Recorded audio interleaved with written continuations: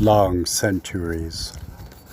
All you who are in the world, try resolve this. Had you rather a supernatural life, or one of only nature? Both were given us to be lived.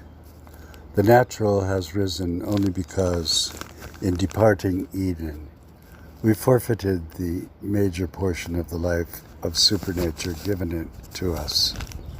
It was known that all men as creatures live, move, and have our being in God. We lived for a time very near you. This intimate, loving friendship was broken up by our entrance into sin and into the dominion of Satan. But you did not therefore withdraw yourself from concernment with men. Human nature is, after all, a central component of the dual nature of the Son of God. It was meant that we live like him, and after that he was sent to rescue us from the wrath of God. We live his suffered life to even more elevate the bonds which between us exist. You began over several thousand years a series of interventions in the history of men. This that we might be rescued from sin. One may say from Satan's dominion, from the destructive effects of sin, from God's just wrath, or even from ourselves as we dwindled to incapacity of mind, heart, and soul.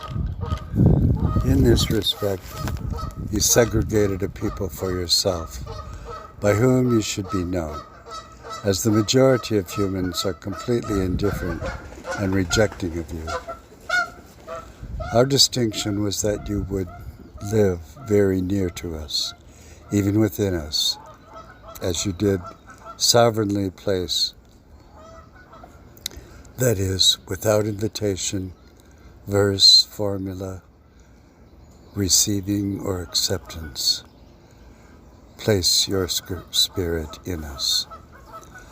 Though the terms of our covenant are clearly stated and are unilateral of you, all societies have determined to make it of merit. The difference between us and God is so incredibly infinite that there should be no conception of merit or even of demerit. You forgive sin as we draw near and are repentant of our thinking, our attitudes, and behavior.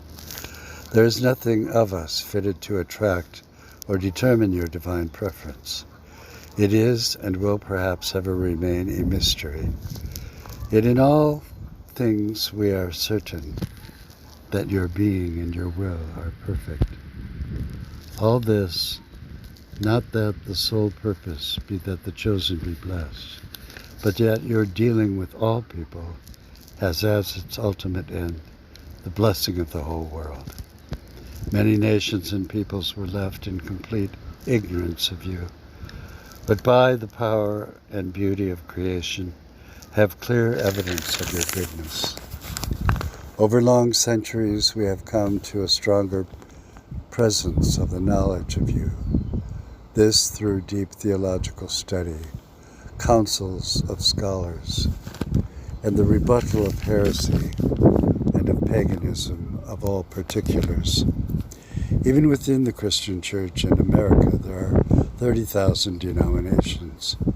It requires a great orthodoxy to sort things out properly. Your salvation, though of universal application, was from the Jews, so that before Abraham, few had the remotest knowledge of you.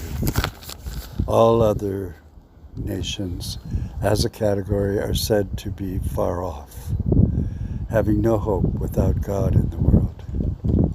All this by divine revelation, and not by any construction of men. We have not sought you out. You have formed a peoples for yourself. It may be few, it may be many. It is difficult to determine the number. Or as with Israel, the tribes were not allowed to be numbered. Perhaps we have no individual distinction in heaven, but all are one with the angels and with the God of three persons. The scripture of Christians presents itself as distinctly a revealed religion and sets itself against all others. The thought of several paths to God is irrefutably nonsensical. Jesus is the only way to the Father. Amen.